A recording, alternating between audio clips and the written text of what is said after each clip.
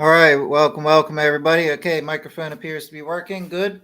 We're all in order. So, welcome to everybody around the world and welcome to all my subscribers. This is a better redo of the video I did earlier today in case anybody happened to have seen that one first. I missed out a pile of important verses I could have read.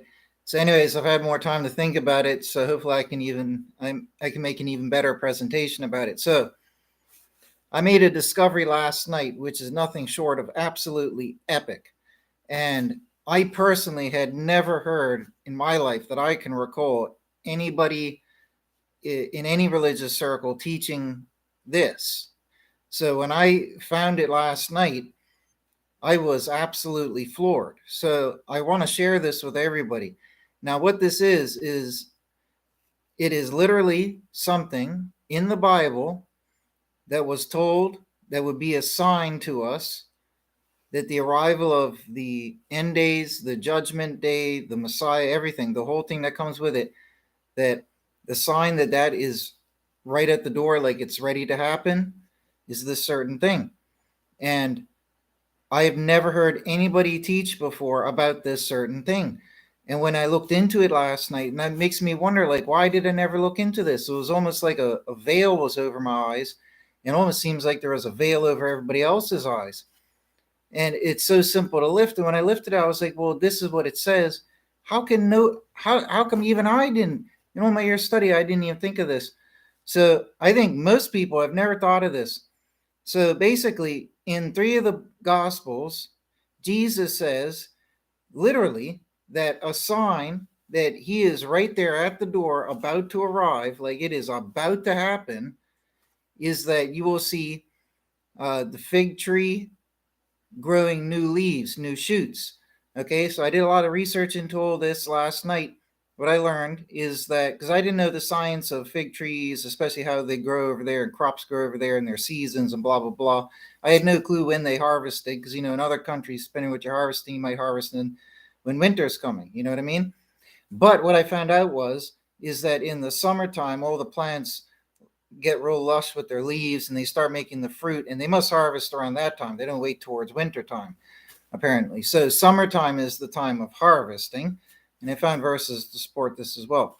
But anyways, the important thing is that in the 3 Gospels, they're all paralleling one another. So it's basically one story, but it's Jesus telling the people that a sign that his imminent arrival is at the door is when you see the fig tree putting out new shoots. Okay, what threw me off and what I think has probably thrown a lot of other people off is that, just like a lot of verses in the Gospels, they're all like copies of one another, but they're worded a bit different, right? So they're just different perspectives by the different authors or whatever.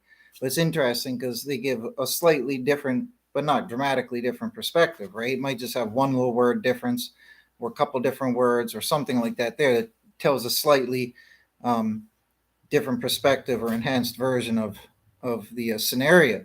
So in one of the 3, it says when the fig tree may cast forth, and everybody, including myself, always thinks, and I've probably even taught on this mistakenly, but not entirely, right? But that Jesus told us that a sign that the end has come is that the stars are falling. So that's something that I've taught, but that is a Revelation verse. So there's a Revelation verse where it says the stars will fall from the heavens like a fig tree casting her winter figs, I think it says, or casting her figs, in either case. Okay, so that's the verse that I think, because the way the human subconscious works, you've heard things, you've read things, they all stew around in the back of your mind, and things that are very, very similar, like things that are in parallel, they kind of like lump and magnetize together, and then in the back of your mind, you might get things askew. So I myself, everybody has done that, but where it talks about like figs falling, that's from Revelations. The 3 verses where Jesus is talking about, he doesn't talk about, in the part that I'm talking about, he's not talking about figs falling. But that's what everybody thinks in the back of their mind that he's saying there. But you look at it, he actually says in 2 out of the 3 verses, he specifies new leaves or new shoots. Okay? And it's only one of the 3 verses there where he says the fig tree will cast forth. But when I looked up in the original language for that verse where it says cast forth, and it means put out new shoots. That's what it means in the language. So That's just the way they rendered it in English in that one of the three verses. So nonetheless, what he does say in all three of the verses is when you see the fig tree putting forth new leaves, new growth, new shoots, that signifies that summer and the summer harvest time and all that, the abundance of the fruit and everything is coming, right? So I got all these verses to read, and this is just mind blowing because what it shows, what I learned, is that the fig tree symbolizes Israel, okay, and the people of God and whatnot. But just keeping things simple, it symbolizes Israel, okay. Now we have the story of the withering fig tree that was cursed. Okay, now I'm going to give like a little synopsis of everything now, because if I read through the verses one by one, it might be a little bit too, you know what I mean? I'm just going to give a nice little more around the board synopsis instead of like a lineup of verses. You know what I mean? So I want to draw in reference to where Jesus, just before he went off to die, there was that famous case of the fig tree that he cursed, and because it hadn't provided any fruit, and he was hungry. It's not that he hates trees or something ignorant like that, right? The whole thing was symbolic. So the fig tree, what I learned from doing my little study last night, is the fig tree, and I've got verses this time for this video that help verify everything, right? But the fig tree symbolizes Israel. Okay, now and also the vine, right? But either or. So the fig tree symbolizes Israel. So when Israel is flourishing, when it's in its good times, the fig tree is flourishing, right? And it's making lots of nice fruit and all that good stuff. But when things are going bad for Israel, or it's downtrodden, or where it's failed or falling apart or being conquered, whatever, you know what I mean? When it's on the downside, it's like the fig tree is dying.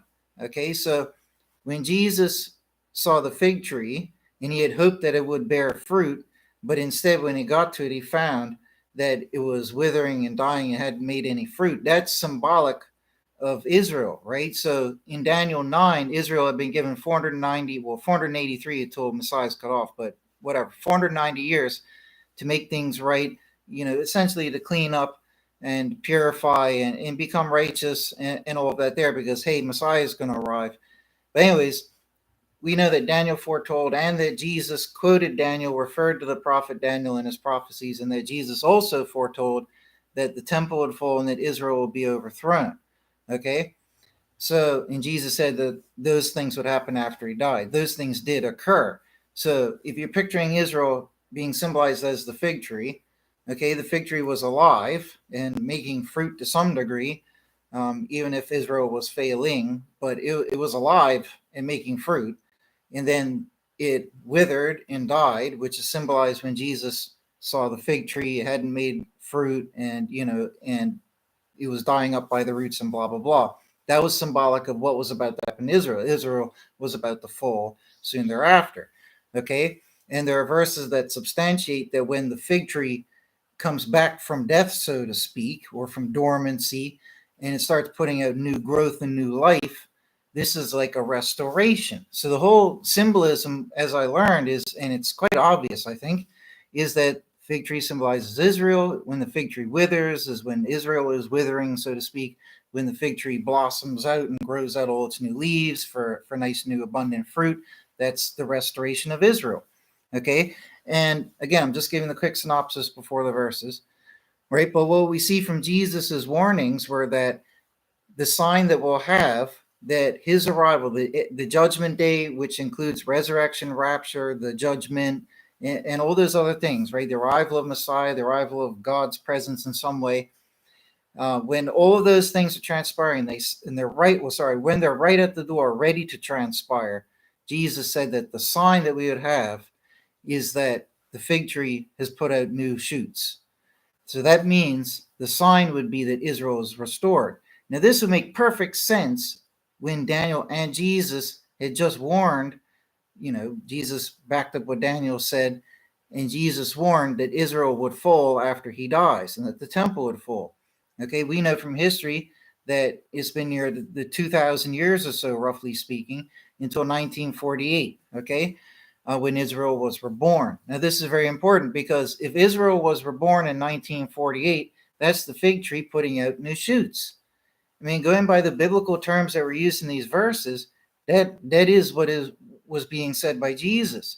If Jesus had just foretold that Israel would fall, and he also told the book of Revelation to John, he dictated it. In Revelation chapter 12, it says, like Daniel's prophecy, there would be a period of 3.5 times when the final beast kingdom will be ruling over Israel, okay? And that at the start of that period, the people of God, whether Jew, Christian, or whatever, the people of God would scatter out from Israel, okay? And their scattering out from Israel marks the start of the measure of 3.5 times. This is from Daniel 7, Daniel 12, and Revelation 12, okay? 4 different places in those chapters, and that's the period of 3.5 times. Now, this was between 688 AD and 1948 AD. That's between the establishment of the Dome of the Rock by the final beast kingdom, which was Islam, upon the Temple Mount, ended in 1948. So 688 represents the completion of the scattering, which is what God told Daniel will be the sign for that. And the ingathering is what occurred in 1948 because Israel had been reborn. And Israel being reborn is one of the most major things in Jewish history. It's incredibly significant. It was talked about all throughout the Tanakh prophecy, saying that Israel would be reborn one day, even after the second temple and all of that. But importantly, the verses that I'm about to read show very clearly that it was foretold in connection with the arrival of Messiah that Israel would be restored. And we know from history now that Israel was reborn in 1948. Okay, and that wasn't just a random year, but that was exactly 3.5 times, 1,260 years that was at the end of the 1,260-year period, of which the final beast kingdom, the final empire that will rule over Israel, which was Islam, had ruled over it. Okay, marking from the first indicator God says in chapter 12, which would be the abomination built on the Temple Mount. The abomination built on the Temple Mount would be built by the 11th king of that final beast kingdom, which was the 10th caliph. That 10th caliph built the Dome of the Rock in 688. So all the prophecies coming true. And it says in chapter 7 of Daniel that when the 11th ruler stands up, okay, and rules, that into him will start the measure of 3.5 times. So that's from 688, when they built the Dome of the Rock on the Temple Mount, a temple to a foreign and unknown God, just like Daniel warned, that would rewrite the laws and everything. So all of that happened just like Daniel warned and John warned. And then from 688 to 1948, you had the 3.5. So it's not just any random year. That's highly significant. It also ties into many other prophecies that I go through in my book there, 7 other biblical prophecies, 6 of which are from the Tanakh. So to wrap up the synopsis very quick and to get into the verses here is absolutely striking because you could always wish and hope that Israel will be reborn. And you could just make up an imaginary prophecy, you know what I mean, if all of this was fake. But at the end of the day, you had Daniel saying it and Jesus saying it. That's two agreeing with each other. They both added different elements and context to it overall. But the overall package came out to be true and fulfilled, okay? And Israel was reborn in 1948. That means, according to Daniel 12, we'll have 75 final years till we reach the 1335th year, which is this current year, 2024. So, and for anybody who hasn't heard me talk about these things before, you should always allow for a year flux, because if an event happened in any given year, say the year 2000, it could take place in a January, a June, or a December. The same event, in the events in the same one year could be separated by 12 calendar months. Right. So, and since we don't know the exact day that God is taking the measure of time from, all we can go by is the given year, then we should allow for up to 12 months fluctuation. So I just call that year flux, easy to say. So we should allow for year flux. So it was either 2023 that was the end, or 2024, which is why that's part of the title of my book there appropriately. So nonetheless, if the rebirth of Israel was this great sign and indicator, then the terrifying thing and the terrifying reality is that ever since 1948, the Messiah has been right at the door waiting to appear. And it's, again, I just want to say, because it's not in the verses, obviously, but in 1948, we just had the end of the World War, okay, a global war that involved many nations of the world.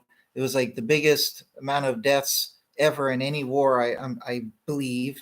It was terrifying. They had the Holocaust. They had, who tried to basically wipe out and exterminate Judaism and the Jews.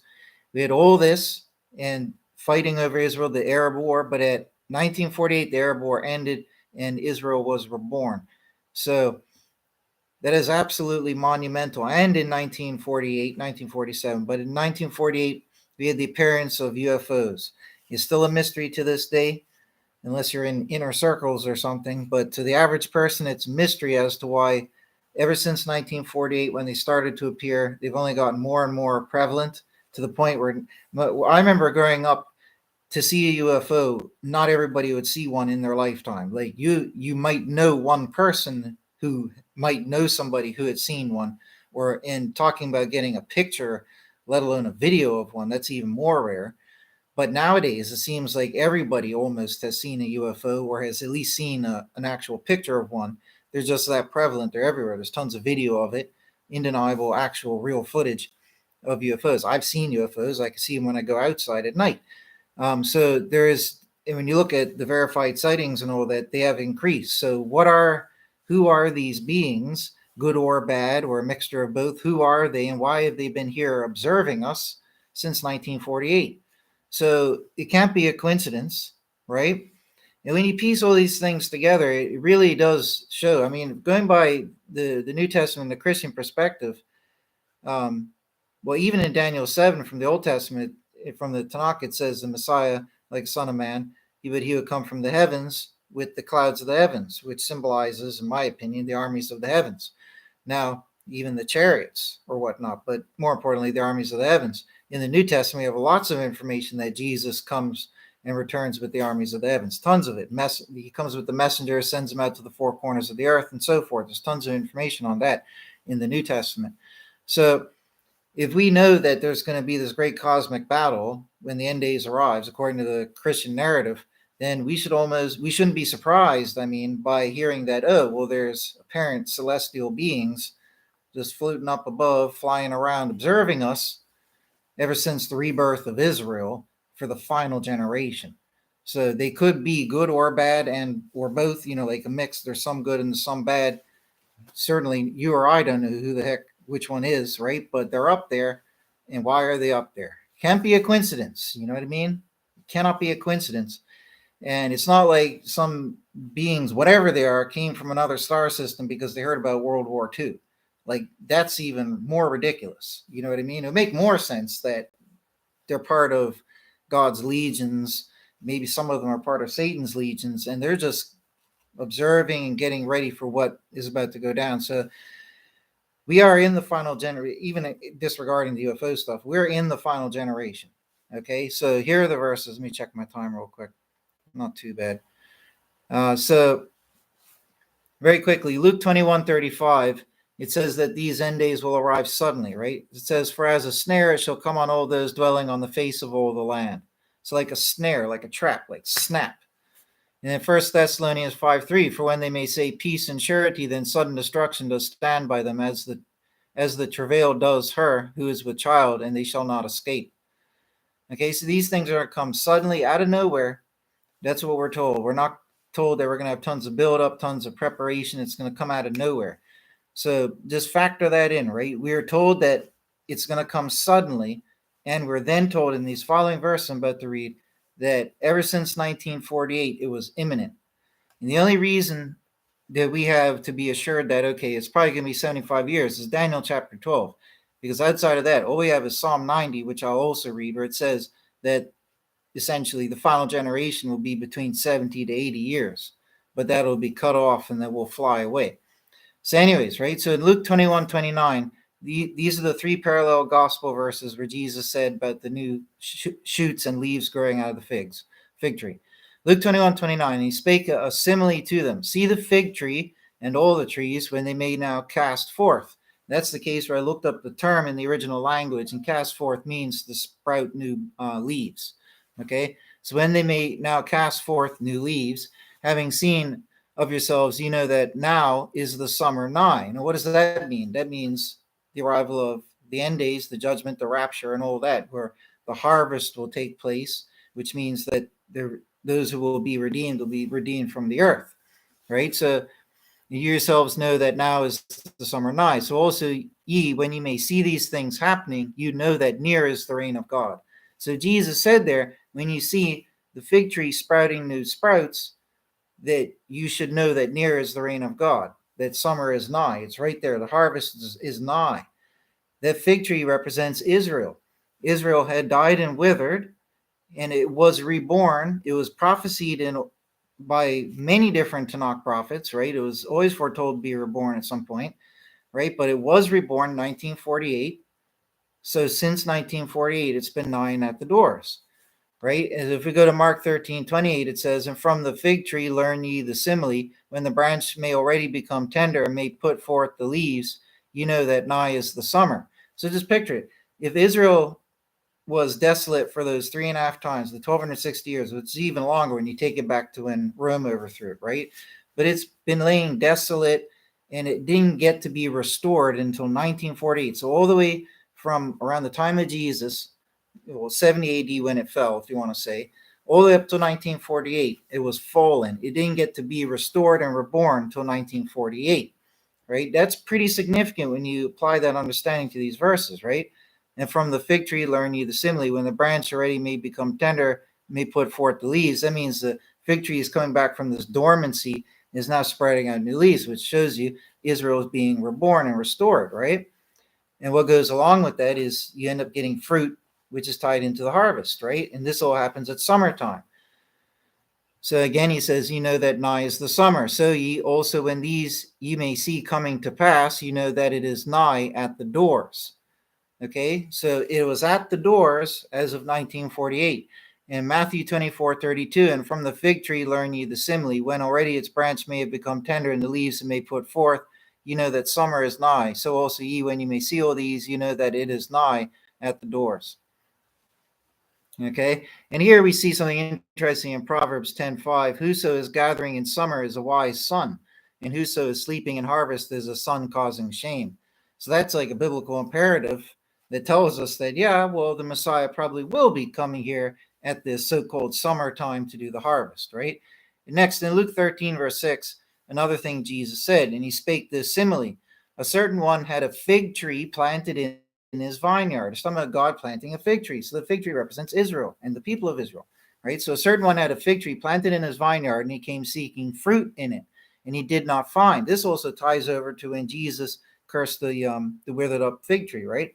And he came seeking fruit in it, and he did not find it. And he said unto the vine dresser, Lo, 3 years I come seeking fruit in this fig tree, and do not find. Cut it off, why also the ground does it render useless? And he answering said to him, Sir, suffer it also this year, till that I may dig about it and cast in dung. And if indeed it may bear fruit, and if not so, thereafter thou shalt cut it off. So what is being said here is that God is likening Israel to the fig tree. Okay, I think this is quite obviously Jesus talking about how for 3 years he was teaching to Israel and was still rejected, by his teachings, even before his death. On the vast whole, rejected. He wasn't accepted by all Israel, right? So he says, lo, 3 years they came seeking fruit in this fig tree. So like I said, this is verification and justification for my claim that when Jesus cursed that fig tree because it didn't make him some fruit when he was hungry, the whole purpose of that was symbolic, right? So lo, 3 years they came seeking fruit in this fig tree and did not find, right? So cut it off, why also the ground does it render useless? And the vine dresser answered back to him and said, look, give me some time, I'll put some fertilizer around it, right? This whole thing is a simile. It's symbolic to show you that God has given the people more time. Okay, they're going to go through this down period, but they're going to be reborn.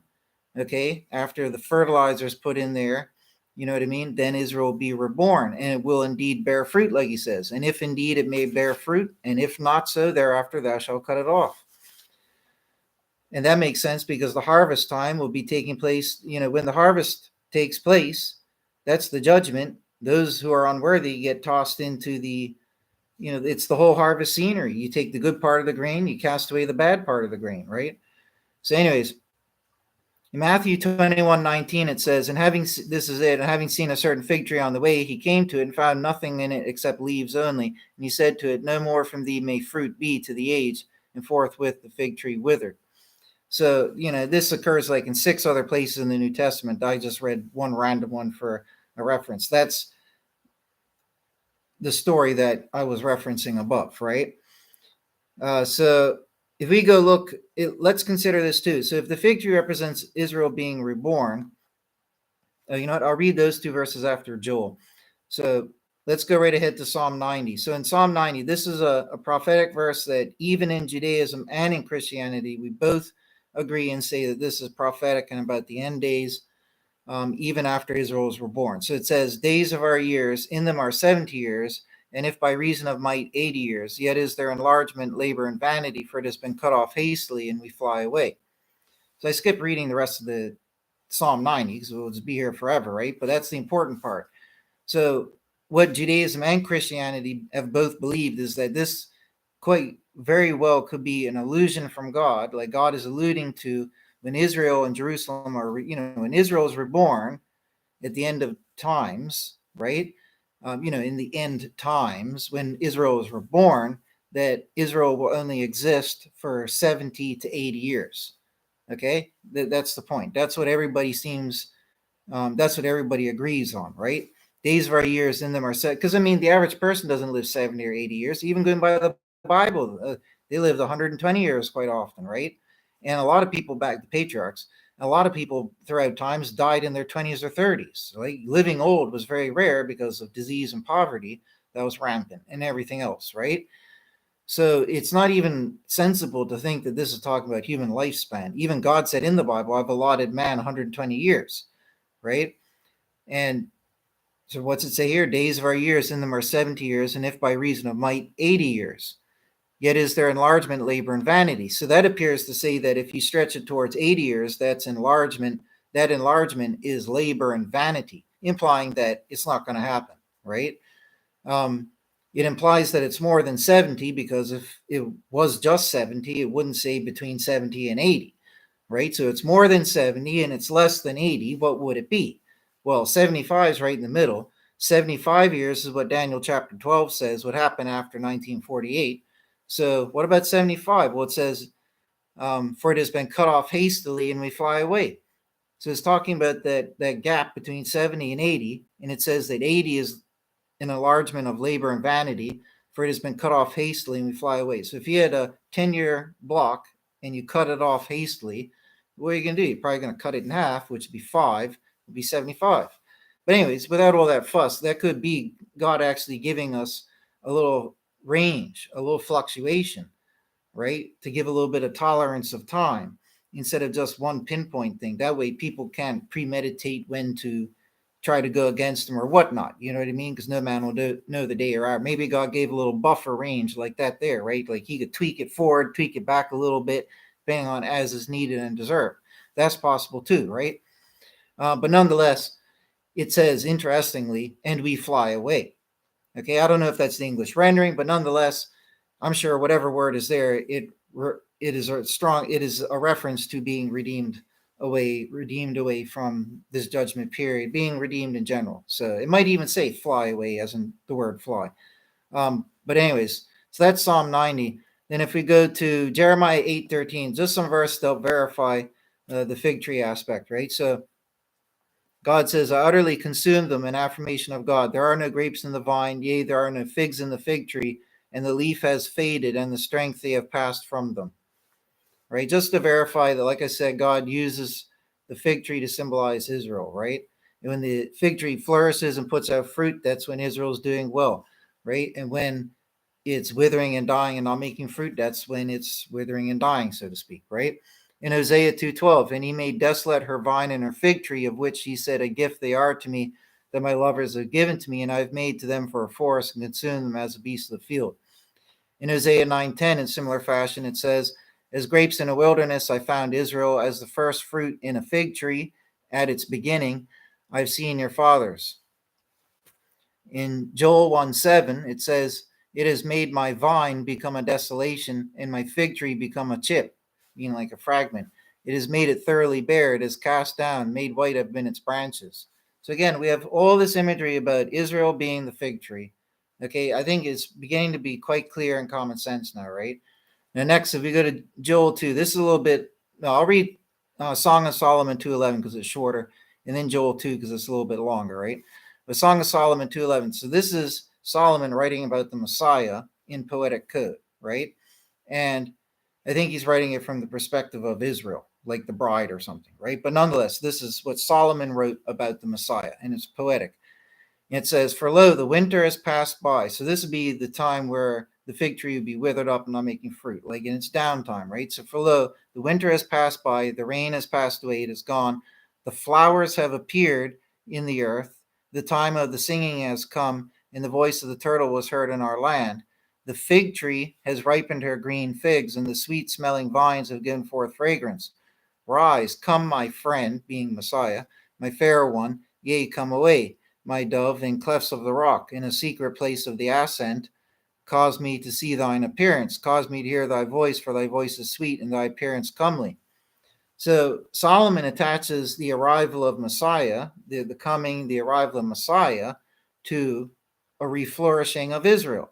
We know that a reflourishing of Israel is symbolic of Israel flourishing, not just the landscape in plants. It's symbolic on a deeper level, right? So there you go, even from Song of Solomon. And then here's the last one, which is quite large. So in Joel 2, starting at verse 18, it says, "And let God be zealous for his land and have pity on his people.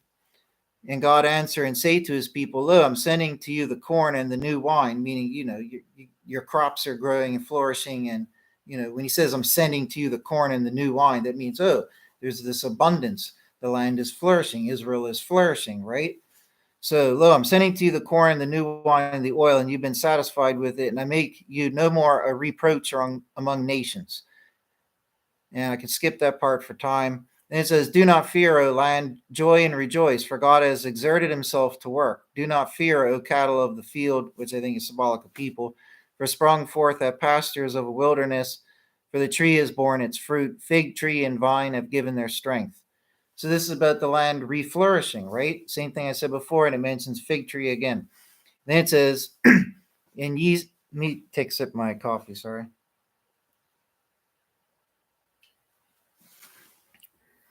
This part here is interesting. It says, "And ye sons of Zion, joy and rejoice in God your God, for he has given to you the teacher for righteousness." I think this could very well be authentic Christianity, not old Christianity, but authentic Christianity having a presence in the reborn Israel. Because after all, if Jesus and God and all that are the real deal, it's all part of one package here, then one would, even if God, according to the New Testament, Jews get salvation, right? And they're going to be redeemed and they get salvation. It even says to the Jew first, right? Before the Gentile. Don't even need to argue about that. I'm not fussed about that. It says what it says. I don't really care. God calls the shots, right? The point is, if Jesus is the real deal and the Messiah, even if Judaism rejects him or whatnot, they're still loved by God. And if they're good and they're righteous, they'll be redeemed. You know what I mean? They can be forgiven for a theological mistake. They can be taught that they were wrong. But nonetheless, my point is that I think this verse might be referencing Jesus, but authentic Christianity having a presence in the reborn Israel. Okay? And this would be critically important. It would be sensible and make sense. Like I said, if Jesus is part of the real deal package, then God should expect that to be a criteria that should be met. Right? So not just Israel being reborn, but continuing to reject the Messiah, but that Israel be reborn and not forced to all follow the Messiah, but that Israel be reborn and that the presence of the Messiah's teachings will still be present there, teaching on the true Christianity and the true gospel as it should be and as it was when Messiah was here originally. That's my point. So Israel was dormant all that time, but when Israel was reborn, that true teaching has to be back there again. Even if not everybody believes it, as long as it's back there doing its job, right? That's what I mean. So it says, "For he has given to you, the reborn Israel, the teacher for righteousness, and causeth to come down to you a shower," like the word of God, the water from the heavens, the word of God, and all that, sprinkling and gathered in the beginning, and full have been the floors with pure corn, and overflown have the presses with new wine and oil. And I have recompensed you the years that consumed did the locust, the cankerworm, the caterpillar, and the palmer worm, my great force that I did send against you. Now, this is clearly talking about,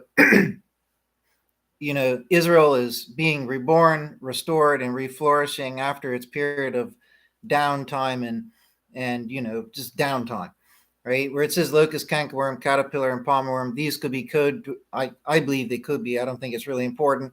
They're probably code names for all the other nations like Egypt, Babylon, and so forth, who oppressed Israel over all the epochs of time in their downtime, right? So now that Israel in this passage is being reborn and restored, that's why God would say, I recompensed you the years that they consumed, that consumed did the locust, etc. And a little few verses lower down is the famous verse in Joel 2 where it says, and it has come to pass afterwards I do pour out my spirit on all flesh and prophesy to your sons and your daughters. So the reason this is important is that this is just to clarify that this is a darn good point that I even myself just clicked together in my head, right? But this is really important because skeptics might say, oh, well, the continuity of this and that there. But hey, this is not talking about, like, so a skeptic from Judaism might say, oh, well, this is just talking about the restoration of Israel. And because some believe that Israel will be restored and the world won't be destroyed, right? And it'll just stay here forever. And what they believe is that Israel just remains here. Messiah, when he arrives, just remains. He will be like immortal. You have that school of belief, right? But notice how it talks about once Israel is restored, right? It says, come to pass afterwards, he's going to give people visions of the end days. So that's letting you know from common sense and logic and wisdom that, hey, Israel will be restored before the end days arrive. Follow me? Blatant common sense, right? That's why he says, and it comes to pass afterwards, after Israel is restored, he's going to pour out his spirit, the Holy Spirit, on all flesh. Prophesy of your sons and your daughters, your old men do dream dreams, young men do see visions, and so forth. And on the men servants, on the maid servants in those days, I pour out my spirit, and I've given wonders in the heavens. He does say, I've given wonders in the heavens. What could those wonders be? The blood and fire columns of smoke, or could it be all the various things flying around, all those celestial wonders that have been flying around since 1948? A great bewildering spectacle, right? He does say, I've given wonders in the heavens and in the earth, blood and fire and columns of smoke. The sun is turned to darkness and the moon to blood before the coming of the day of God, the great and the fearful. So anyways, there you go. So those verses prove, like I said, that the fig tree symbolizes Israel. Since we know that the fig tree symbolizes Israel, and we know that Israel was foretold to be restored before the arrival of the end days, we therefore know that in the three gospel parallels where Jesus says, as a sign that my arrival is imminent at the door, is when Israel is restored. The fig tree is putting out new shoots. There you go. That's how you know my discovery is correct. It makes sense. It's scriptural. It's sensible, logical, wise. It's scriptural. No holes in that theory. I proved it with the verses there. That's a pretty spine-tingling revelation that since 1948, it's, so to speak, been right up there at the doors waiting.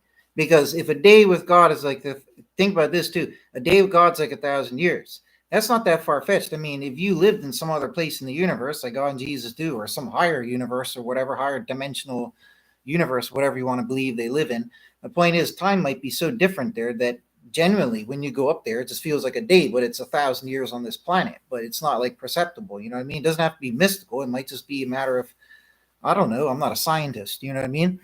But if a day with the Lord's like 1,000 years, then it'd be like what? Like, I don't know, a couple minutes or something for him to wait up there 75 years? How much is 75 years into 1,000? Well, 100 goes into 1,000, what, 10? So 100 years would be 10%. So what is that, like 7.5% or something like that? Right? 7.5%? That's not much. 1,000 years is like a day, so it'd be 7.5% of a day. What's 7.5% of a day? Now it's getting too complicated. I can't do that in my head. Well, I could, but it would be too irritating. So it's only 7.5% of a day, right? So what's half a day? Half a day is 12 hours. What's a quarter of a day? That'd be 6 hours. That's 25%. Yeah, how many 7.5% go into 25? Roughly 3. So 6 hours divided by 2 hours. If I'd done that quickly in my head correctly. So that'd be 2 hours to Jesus, waiting 75 years. I'm not saying Jesus is up there, right? But some of the armies, the key guys getting positions ready and whatnot, they might be up there already, because to them, it might be like 2 hours time.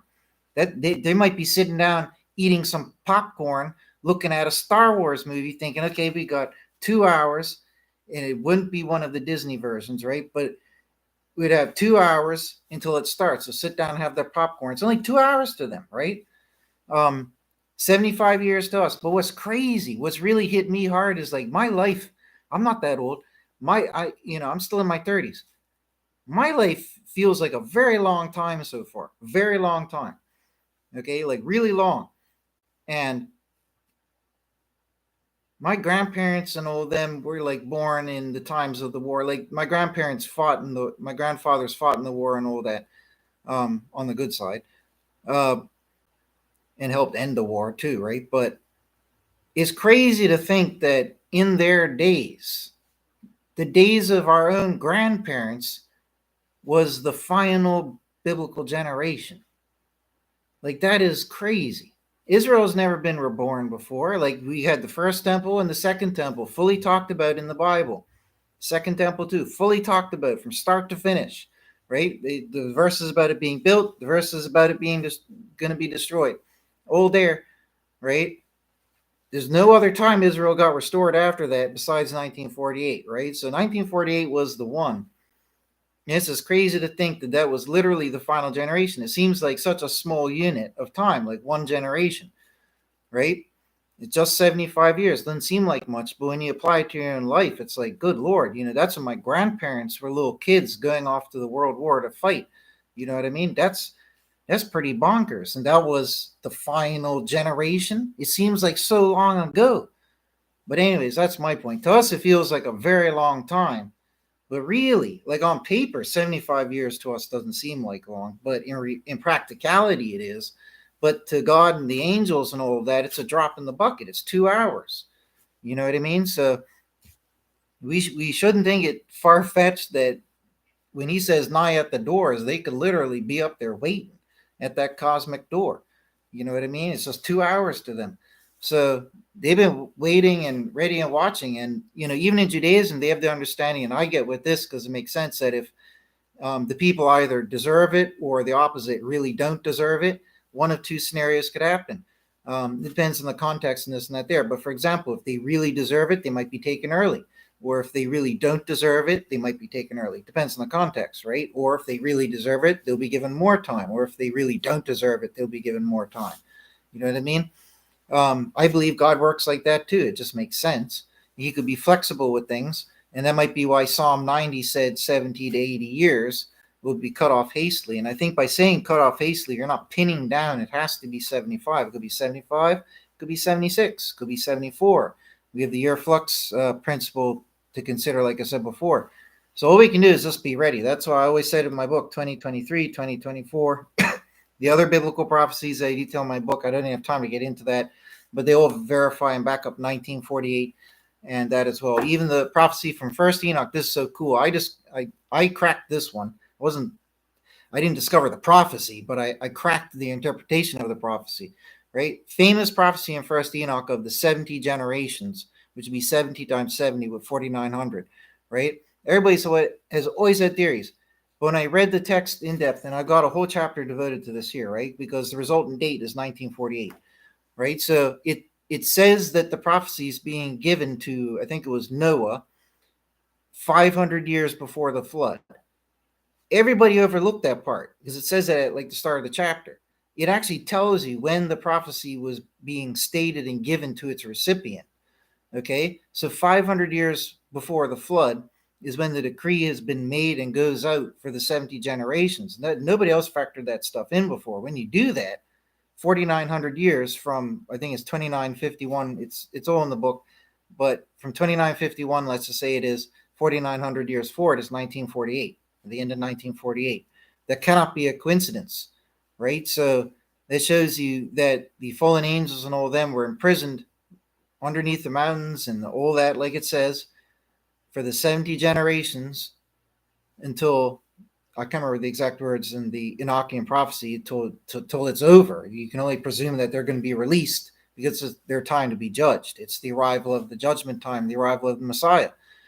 So even according to Enoch's prophecy. So it's just incredible that even in first Enoch, it appears to line up with this. I mean, and in Joel, I didn't want to include this one, so I left it out. I didn't want to read it. But in Joel, he talks about how a great force will be coming, and he describes them like mighty men, like giants who will run across mountains, reach in through people's windows, climb and step over walls. You'll hit them with missiles and projectiles, and they'll get right back up unharmed.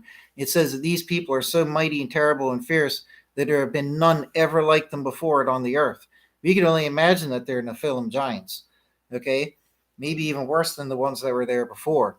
And that when they're unleashed, it's going to be an unleashing that the earth has never witnessed before. That's what the text appears to say. And it says it won't be anything like that again for a generation and a generation. And because of the ambiguity of the ancient language and all that, I looked into it. I wanted to either know if there's any credence to what I was leaning towards here or not. And generation of a generation could apply, I feel, to what we see in First Enoch, where he says 70 generations, the generation of generations, right?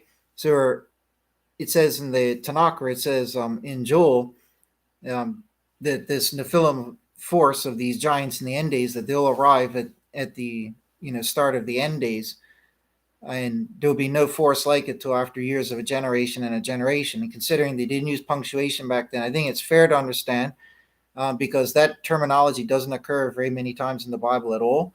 There's only a few times. I looked it up, and it's the same thing that Enoch talked about, a generation of generations, that these giants, the Nephilim, will be imprisoned under the earth. And at the end of that period, presumably they are released to be judged on the surface.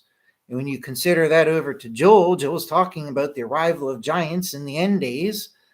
And then he says to be nothing like it, or there was nothing like it. I think the way it should be read is there was nothing like it and has been nothing like it for years of a generation of generations, which would be the 4,900 years from when that edict of Enoch had gone forth. So in that sense, an interpretation, it lines up with Enoch, and it's like a corroboration of it, which is pretty interesting. But in either case, according to Joel, there's going to be giants coming. So, which will line up with my end days dreams that I've been having since I was a child. But anyways, let me get going, folks. I've yacked long enough. Let me shut up. And I agree with you on the blinding comment earlier. Yeah. As you know, that's obviously what I thought anyways myself. Yeah. 1.8 hours. Yeah, so I was pretty close by mental math. So it's pretty good. Let's see. Eclipses are still relevant and significant. I've always just said that, I'm just saying this for clarification, that it's when if God's going to mention a certain eclipse in the Bible, the most relevant one would be one over Israel, right?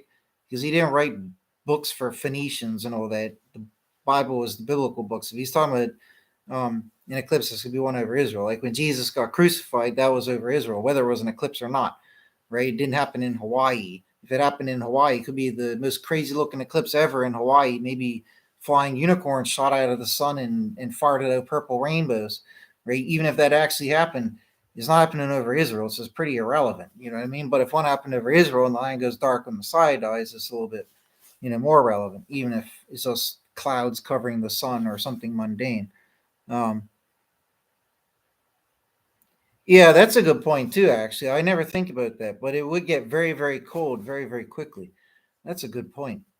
Well, like I've always said, when the space rock hits the Earth and the Earth goes dark, everything happens like within seconds. Like I always classically say, from when it hits the Earth, there's like it feels like seconds go by from when the celestial battle starts. Then the Earth goes dark, and then the giants are released, and then it's just pure chaos. And you don't even really think about time because you're just running away and trying to hide. Or if you're lucky and you got taken to safety to one of those like underground cities, you get to go down there for safety. But anyways, take care, folks. God bless. Don't say I didn't warn you.